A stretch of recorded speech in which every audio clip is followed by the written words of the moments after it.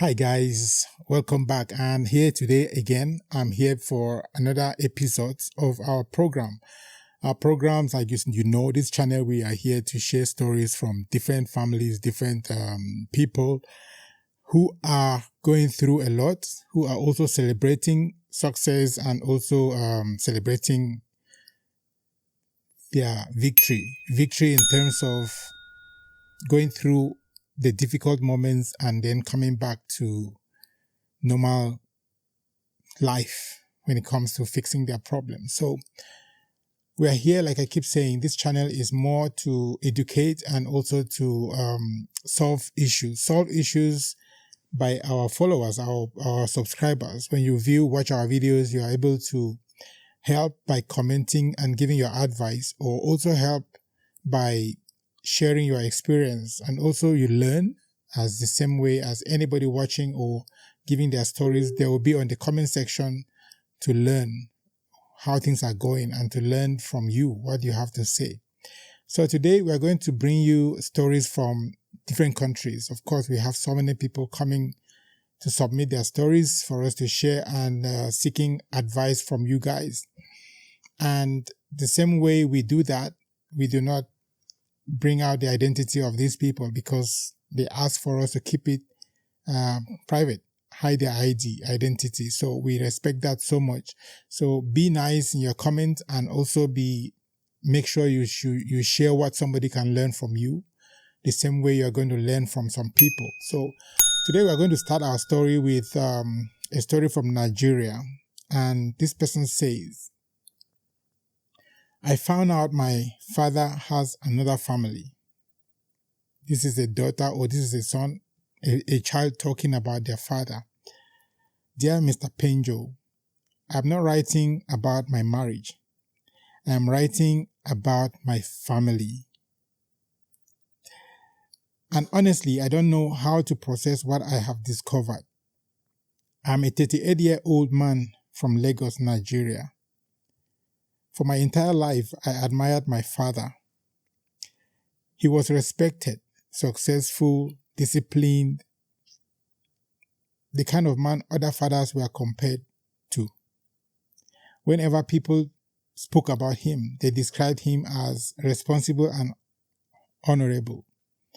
I believe it too. Okay? 2 months ago, my entire world changed. My father was briefly hospitalized. While helping organize some personal documents, I discovered records that didn't make sense, didn't address different addresses, different financial records, different beneficiaries. At first, I assumed there was a business explanation. There wasn't. After several uncomfortable conversations and investigations, the truth emerged.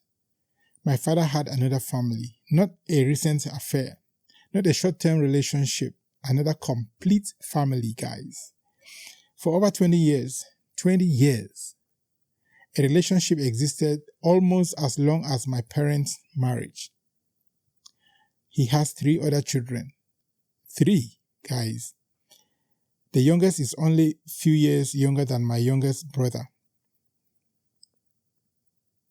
When my mother learned the truth, she collapsed emotionally.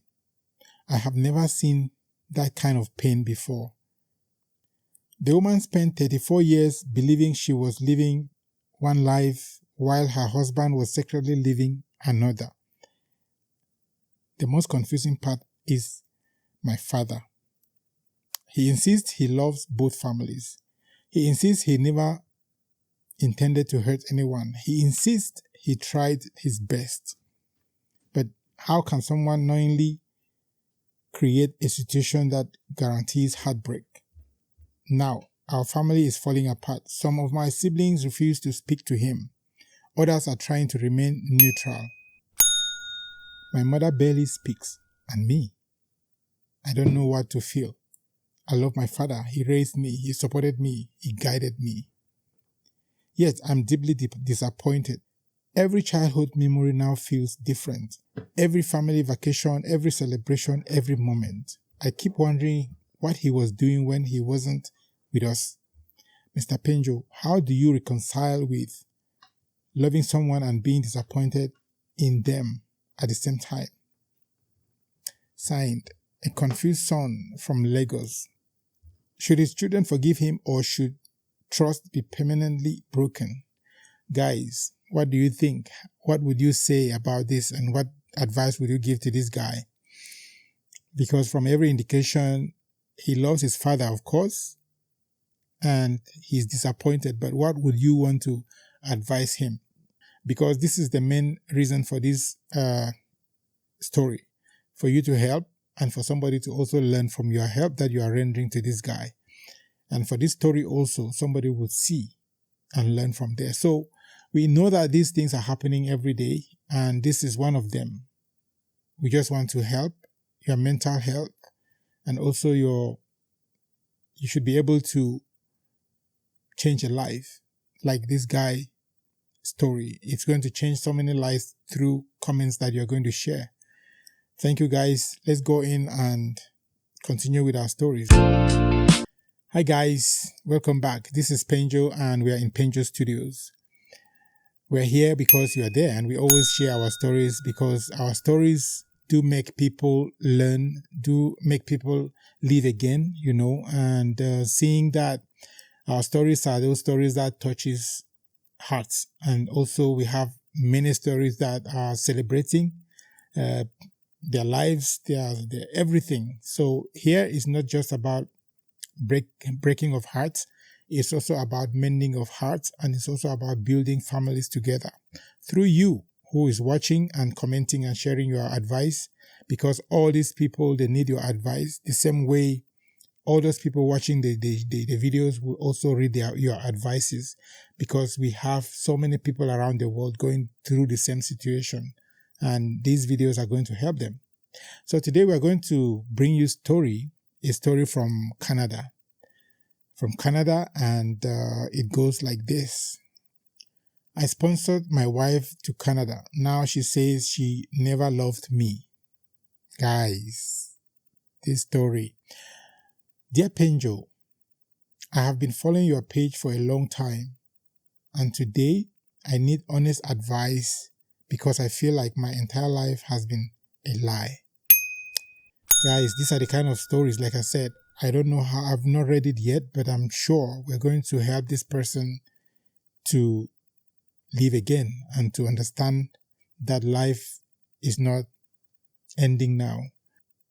So, I'm a 46-year-old man living in Winnipeg, Canada. Originally, I'm from Cameroon. 15 years ago, I moved to Canada in search of better opportunities. Like many immigrants, my journey was not easy. I worked security jobs. I cleaned offices at night. I drove taxis on weekends.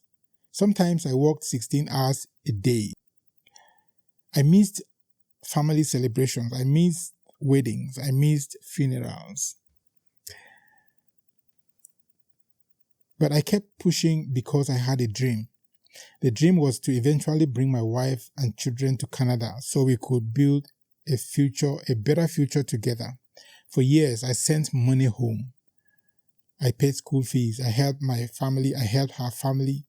I built a house back home. I sacrificed everything.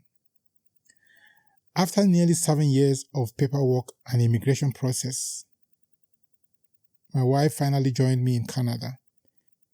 I still remember meeting her at the airport. I cried. The children cried. We all cried. It felt like the beginning of a beautiful new chapter. For the first year, things were good. Not perfect, but good. Then slowly, something changed. My wife became distant. She made a few friends. She made new friends. She became more independent.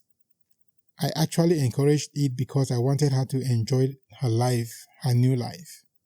Then she started spending less time at home, more time on her phone, more time with friends, less time with me.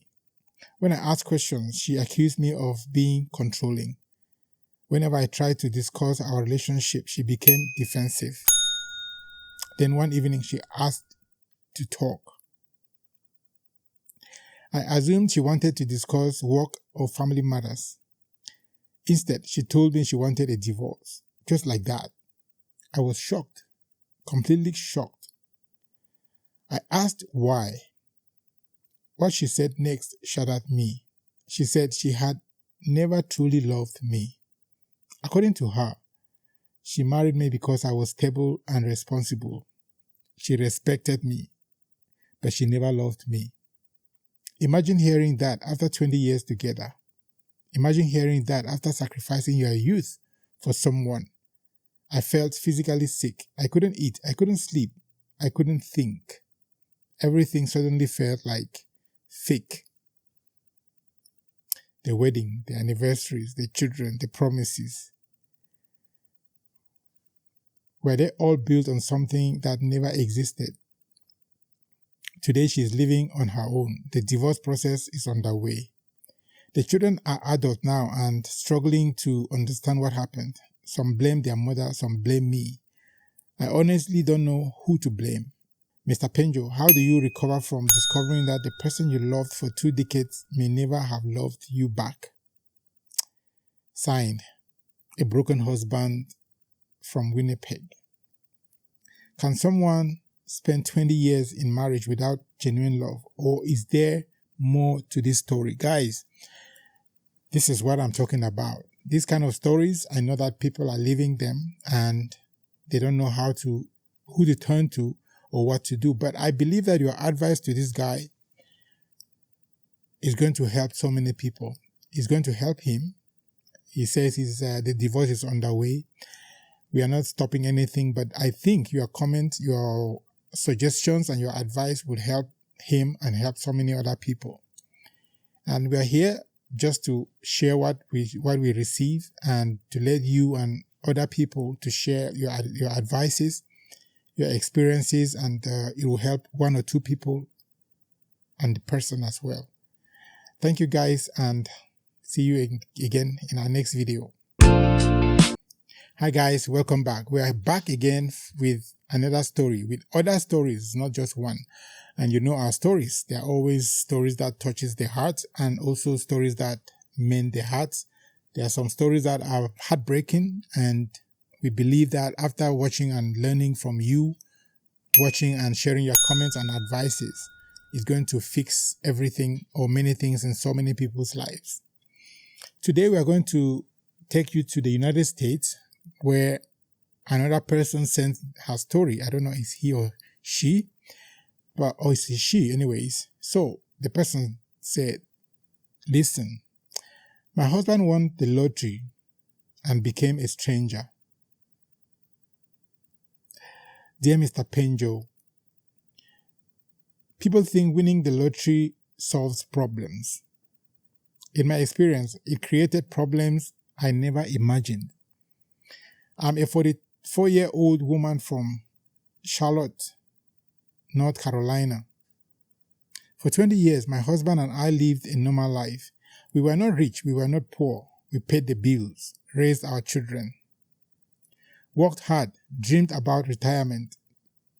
Life was simple. Then everything changed. 2 years ago, my husband won a substantial lottery prize. Not millions, not millions and millions, but enough money to completely change our lives. At first, I felt like a blessing. We paid off debts, bought a larger home, helped family members, traveled. Every celebration, everyone celebrated. Then I started noticing changes, small changes at first. My husband became obsessed with status. He started spending time with people who had previously ignored him. He began buying expensive things he didn't need. Luxury watches, luxury vehicles, designers' clothing. Suddenly, appearances became important. Then came the social media posts. The constant need to show people how successful he was. The constant need for attention. The man who once enjoyed family dinners now spent every evening attending exclusive events. The one man who once played basketball with our son every weekend now seemed too busy. The more money arrived, the less present he became. Then came the women. Not affairs initially, just attention. Women who suddenly found him interesting. Women who complimented him. Women who laughed at everything he said. I warned him. He dismissed my concerns. Eventually, emotional boundaries disappeared. The physical boundaries disappeared. Last year, I discovered he was having an affair. When confronted, he said something that still hurts. He told me that success had changed his perspective of life. What does that even mean? Did success erase 20 years of marriage? Did success erase the sacrifices we made together? Did success erase loyalty? Today we are separated. Ironically, more money than ever before and less happiness than ever before. Mr. Penjo, why do some people change when they become successful? Or were those qualities always there waiting for the opportunity to emerge? A heartbroken wife from Charlotte. Does money change people, or does it simply reveal who they really are? Guys, please help this person and give your advice. She really needs your advice. I know they are separated, but there are some things she mentioned here that I think we can share. You can share your ideas, your experiences, and anything you can share for somebody who is going through that to also learn. I believe there is more to this that we can learn, especially social media. A lot of things are happening on social media today, and if we are not careful, it will keep going like this. Thank you guys, and we're going to bring you another story or other stories as we continue to share with you the best that we have from these people who share their stories from different parts of the world for us to share with you. They don't have maybe somebody to talk to. Some people want to just share their stories for some people to learn, and we're here to just help you and pass their stories out. Thank you, and hope to see you again in our next video.